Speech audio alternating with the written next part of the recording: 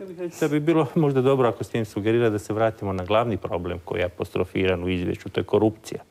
Ovo su problemi koji će se riješiti, topnički dnevnici će se riješiti.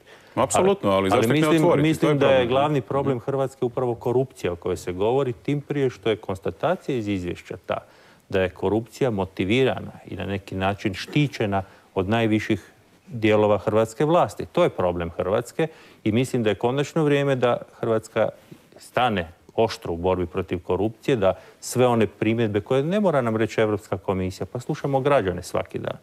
Pa evo imamo i u tisku. Od Podravke, HEP-a, zlatnih WC-a ili ne znam čega, sve. Što smo sve nekako prešli i navikli smo se na to. Zlatni WC i na ovoj lokalnoj razini. Da, na svim razinama. Ali ima nešto drugo. Strašan je podatak koji je Svjetska banka dala da organizirani kriminal i korupcija Hrvatska godišnje otme 12,5 milijardi kuna.